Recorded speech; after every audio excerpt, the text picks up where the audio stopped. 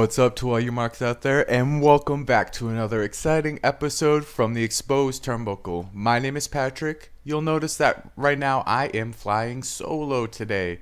That is because my boy is currently at a job interview. On top of that, he got injured this weekend and he has been groggy from medicine, so I'm like, fall back, bro. I got this. You know what I mean? Look at this. You see what I'm rocking right now? I just personally came back from an interview myself, rolling the watch. Got the nice little tie, the blue on blue. Shit's looking dope. You know what wasn't looking dope? Fucking Extreme Rules, bro.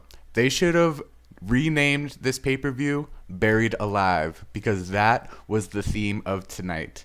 A lot of people got goddamn buried. Pretty much until the last two matches, I was just thoroughly not impressed at all. It wasn't really much to get hyped up about, and you always were wondering, because I mean, you had seven total matches on the pay-per-view, but you only had 6 on the actual card. So it was just like, are they gonna cut early? I think they did end up. I think the actual match ended at like 11:15, but let's just dive into this madness. All right, so to kick it off on the kickoff show, we had Kalisto taking on Apollo Crews, and why? I was under the impression that Goldust and R-Truth were going to be on the kickoff show. Evidently, that's not going to happen. But there were a few things I did not like about this match. Overall, do I think that this feud could work? Yes, because you have the scrappy, way smaller underdog, and then you have Apollo. You know, he should really be using this feud as like a tune-up. You know, Kalisto is a small dude. There's lots of crazy, nifty, suplexy, reversal type stuff, type is H, as Breezango would call it, that you could do. But yeah, I don't understand. Like the whole match, he just kept going. He kept going to Titus, and he's like, "How was that, bro? Like, how? I don't know what to do else." It's like, Apollo, were you not a wrestler before you met Titus O'Neil? I mean, when you met him, did he just freaking Men in Black you, dude? Did he just erase all of your wrestling knowledge? So anyways, the end of this match was Titus and Apollo were arguing. Apollo had just done his standing shooting star press, which is goddamn amazing. Like, I can't even do a somersault in general. Somersaults, cartwheels, aerobics, and, you know, gymnastic type stuff. That is not my zone. So after that, he hits it, gets a 2. So Titus is on the apron. He's like, what else? I did the splash. You know, I did this, I did this, I did that, I did this. What the fuck is going on? How do I beat this dude? And so Kalisto sneaks up from behind, hits the Solina del Sol, rather. Sorry. Wow. Hello. So as he's running up, as he's doing the kick over, he kicks Titus off. So it's like a double combo. So he kicks him off, hits the finisher on Apollo. Apollo loses. All right, so not only did he just get thrusted into this, you make him lose. I mean, I thought Apollo Crews was supposed to be rebranded. Like, isn't that the point of the Titus brand thing? Eventually, obviously, this is going to lead to a sour breakup, and it's going to be Apollo versus Titus. But then if that were to happen, you know what I mean, then that would kind of position Apollo back as a face, which is terrible. I agree. Turn this dude heel.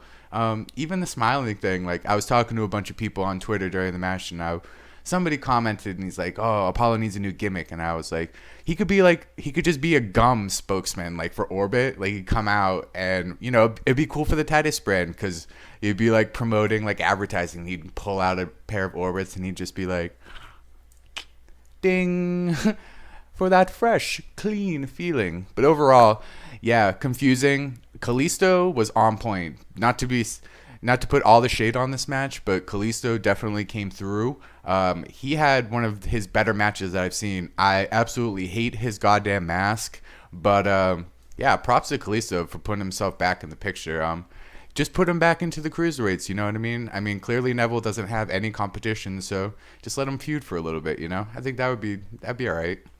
All right, so next up for the main card kickoff, we had Miz and Ambrose for the Intercontinental title, and the stipulation was if Ambrose is DQ'd, then Miz would automatically win. And this was a big play in it.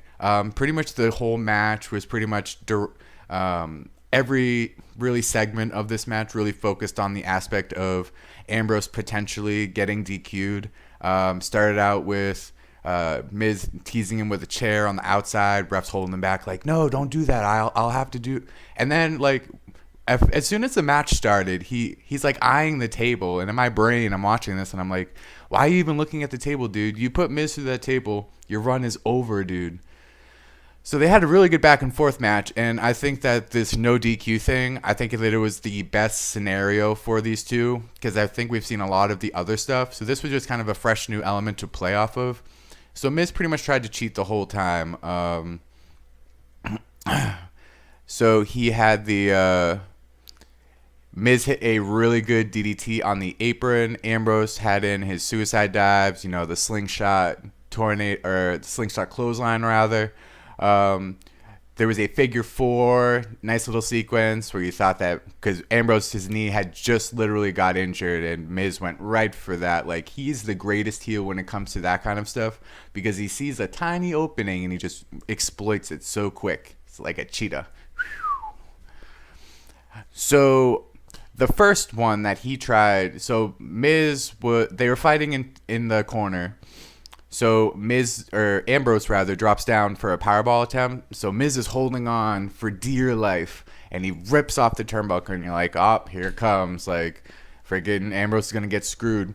So right immediately after that, Miz drops down. Ambrose about to slam his face right into the top turnbuckle, but no, he stops himself. Woo, close call. Then the second one is, so now Miz is getting a little bit worried. So the ref is distracted. Miz literally just shoves the ref right into Ambrose. And I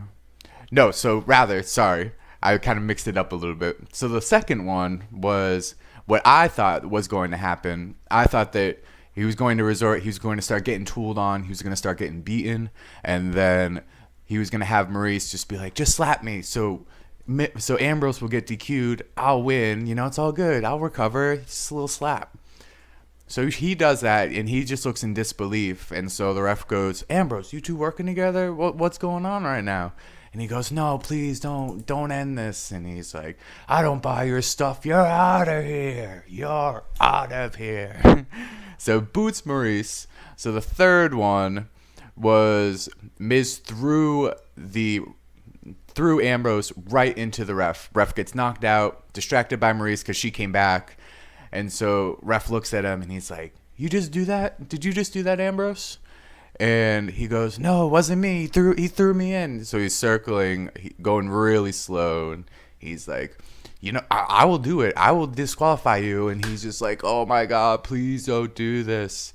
So this way, Miz is looking on and he's just like, now's my moment.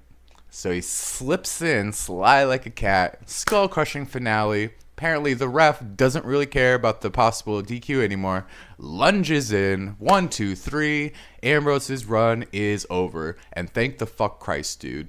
Somebody posted on Twitter that everybody in the WWE title picture, NXT included, Naomi is the only face champion. And I don't know if this happens a lot where you had just complete domination of heels across the board, but it's really just a ploy to you don't have a lot of good heels, but the ones that you do have are really good. So you have a lot of baby faces trying to come up, so you can kind of work them out, you know what I mean? Ease them in, get some cheap heat, get them with well-worked heel workers, and really build their name up a little bit. So I'm pretty excited to see what's going on from this point forward. At this point, literally anybody could challenge The Miz, and it would be exciting. I did hear that Ambrose and Samson are going to feud. You know what I mean? I see a lot of stupid guitar segments where maybe Ambrose is just like wearing like a stupid like kitty cowboy hat and he's just strumming on like a banjo or something, something cheesy like that. Like it's going to lead into that, but I think it could be good. I do like Samson, and I'm excited to see what happens in the IC division from here on in. So next up, we had the bathroom break. And I was talking to my girl, and she's just like, "Why do you call this a bathroom break?" I'm like, "Because it's like 9 o'clock, so you had everybody in. Some people came in for like kickoff, so you need that time to like go to the bathroom, get another beer, get a pretzel, whatever you got to do. And this was the perfect spot, really. So you had a mixed tag match between Noam Dar and Alicia Fox versus Rich Swann and Sasha Banks. So this was a pretty quick match.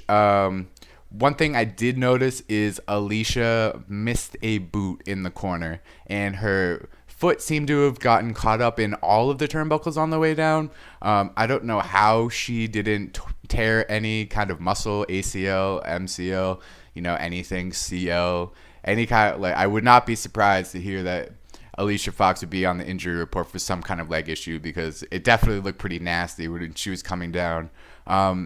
Basically, came down to Sasha Banks was on the top rope. She's about to lay out Alicia, and Dar gave up his body for his lady. He's like, "No, I got this. I will take the double knees for you." Takes the double knees, gets rolled back into the ring, and then we had a Phoenix Splash to Dar, and Rich Swann and Sasha Banks win. So it was cool. It was expected. I didn't think that Alicia Fox and Dar had anything to gain from winning. Sasha Banks has been falling rapidly lately. Rich Swann is a polarizing character. He gets you up. He gets you jiggy jaggy. You know what I mean? You just want to get jiggy with it. And then, so when they're doing that like compilation dance, in the middle, when Sasha just starts rolling them in. So then Sasha's just literally just twerking in the middle of the ring, and honestly, she should have just stayed in the ring for the next like 2 segments. I didn't particularly care for the next 2 segments in general. Just kind of wanted to see Sasha shake it a little bit more. But yeah. So Alicia Fox and Sasha, that's cool. Hopefully Sasha gets back into the main title picture, and we shall see what happens with Fox and Dar from here on in. So next up, we had a Samson promo. So cuts to Samson in the middle of the ring, basically saying how this town is garbage. That's literally all he said. He told everyone to hold their applause until after, which is a great cheap heel heat move, like, because they don't even want to see you in general. So, you know what I mean? It's like, I know you're a little bit starstruck right now, but let me do my thing. Hold all of your applause and appraise. I'll sign the autographs in the back. I got time for you. Just let me do my thing.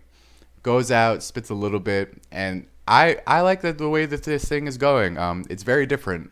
It always seems like, especially it seems like a lot of people coming up nowadays are of the Aleister Black, Baron Corbin type of wrestler. Kind of like the same wrestler package. So in wrestling, you need a lot of different variety, i.e. Gold Dust, things of that nature. Something that kind of pushes the brink a little bit. Haven't really seen a lot of gimmicks that are like Samson's, so I just hope that creative doesn't get sloppy with him and starts writing him bad songs to start singing, because the crowd will turn on him just like that.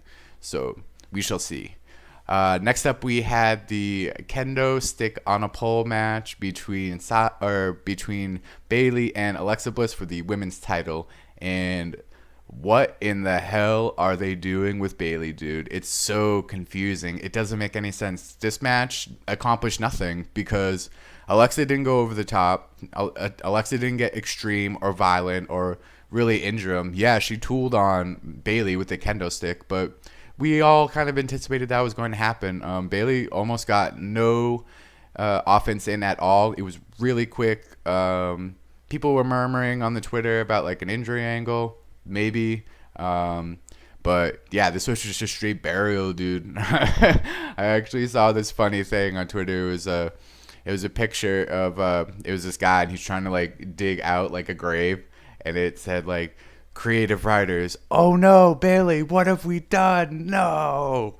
And it's just I think NXT would probably be a good place to start again, people were booing Bailey. I mean, like she's supposed to be like surefire babyface. You know what I mean? There's no reason that you guys should be booing him, but you know why we're booing her?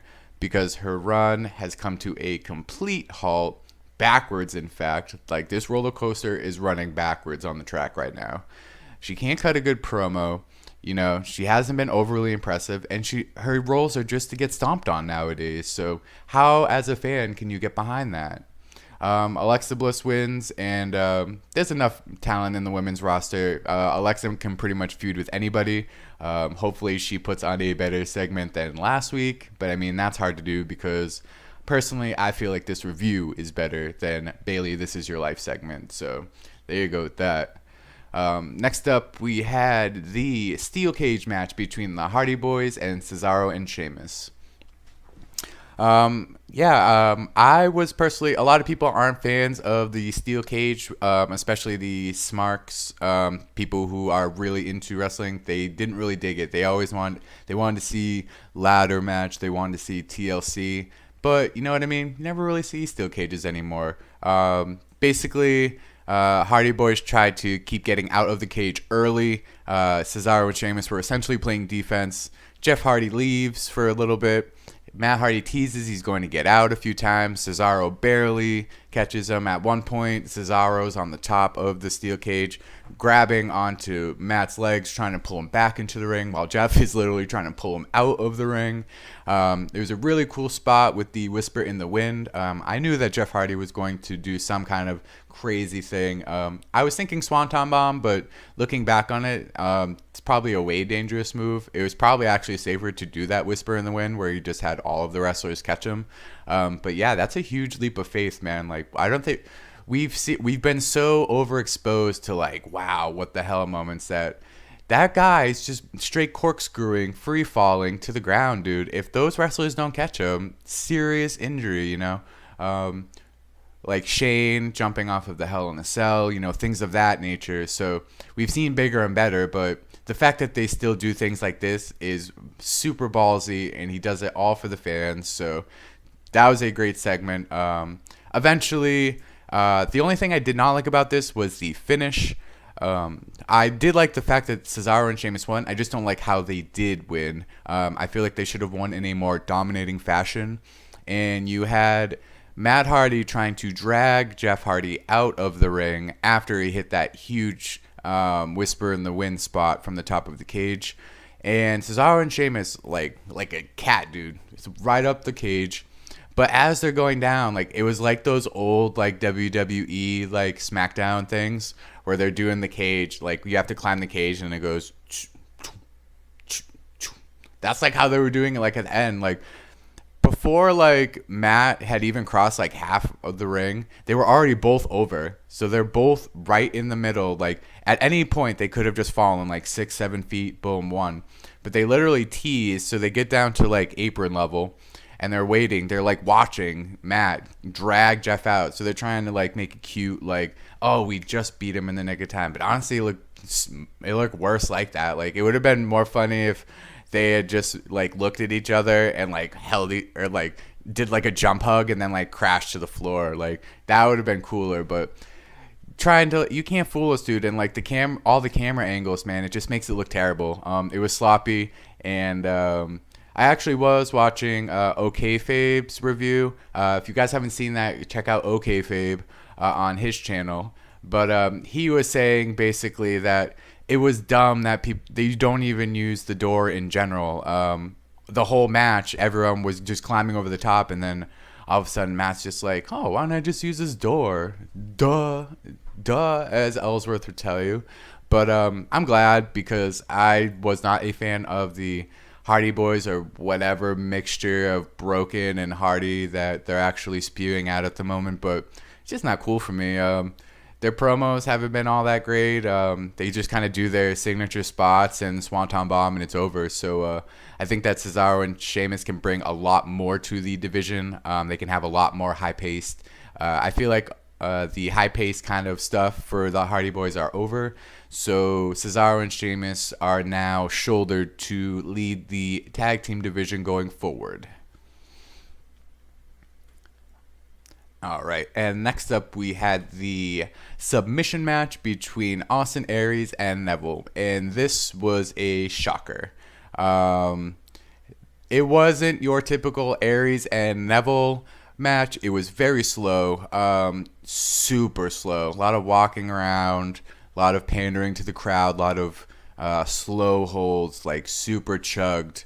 But there were only 6 matches on the 3-hour card, so you can't just breeze through it. And then you had that junk of a kendo. If that kendo stick match had lasted like 10 more minutes, like you could have easily just squeezed 10 more minutes of kendo stick beating.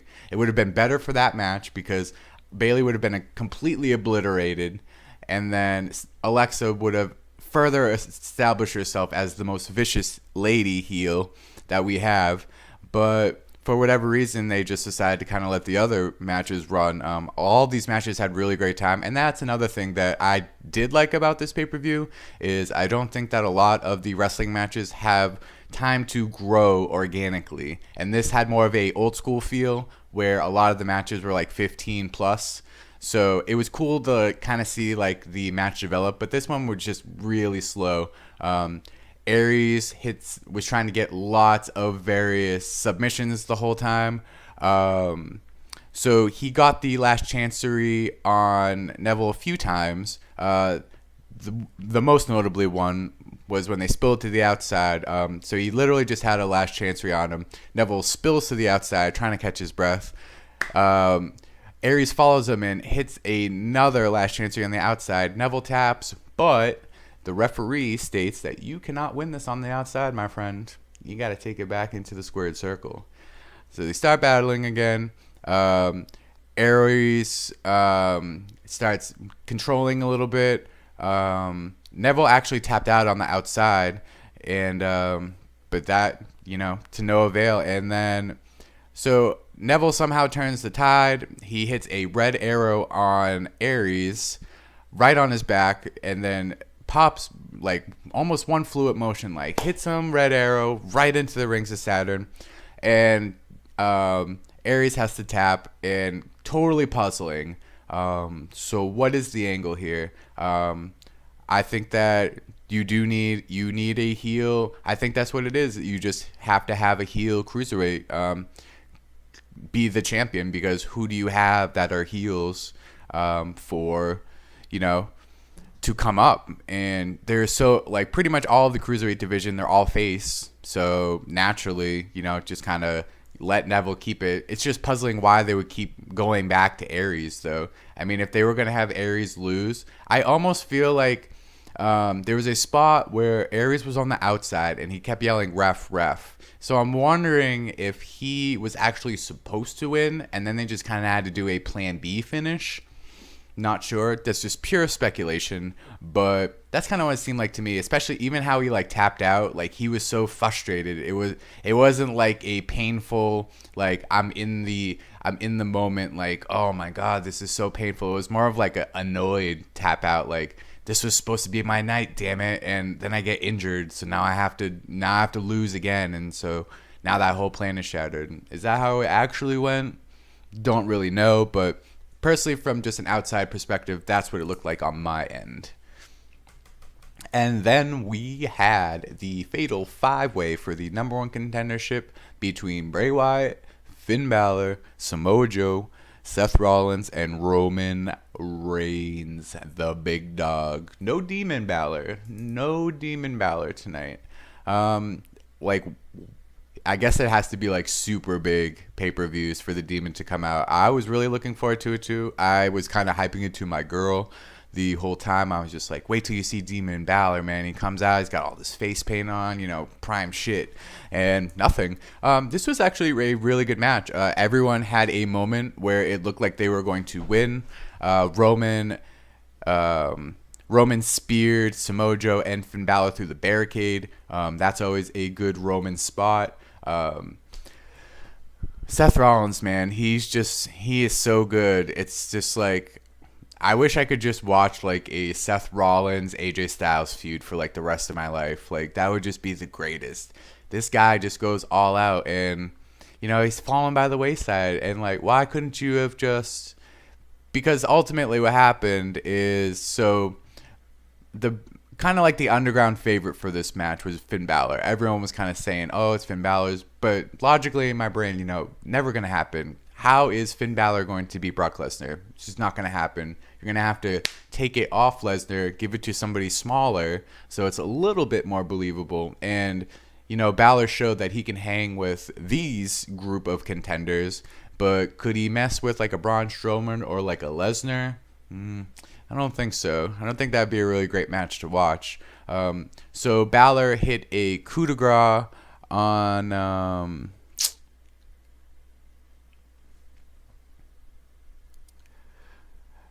Balor hit the coup de grace on Roman after Roman was clearing house. There was a really cool spot with, it was like about halfway through the match, Seth Rollins bloodied and battered, knees all messed up again.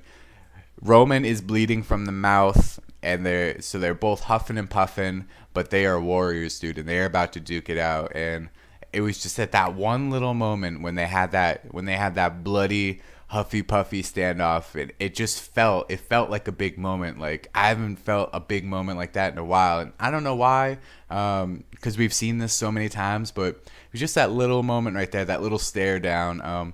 That's always something I'm always into, Rollins and Reigns. And like I said, I was on fan with a lot of you. Roman gets shoved down our throat, but Roman's so vital. I'm actually kind of becoming pro Roman. He hasn't messed up on the mic in a while. He's just coming in. He's dominating people as he's supposed to. And he's doing a really great job. So Balor hits the coup de grace on Roman. Looks like he's going to win. Not so fast. Samoa Joe sneaks in, applies the coquina clutch on Finn Balor.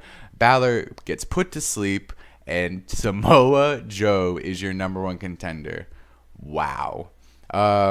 Personally, I thought that Roman was going to win, but Joe is also a great matchup. I hope that Joe is not fed to Lesnar, because if you're going to feed somebody to Lesnar, why would you do it to Joe? So it would just only play in my mind that Joe may pull it out. He should pull it out, just logically.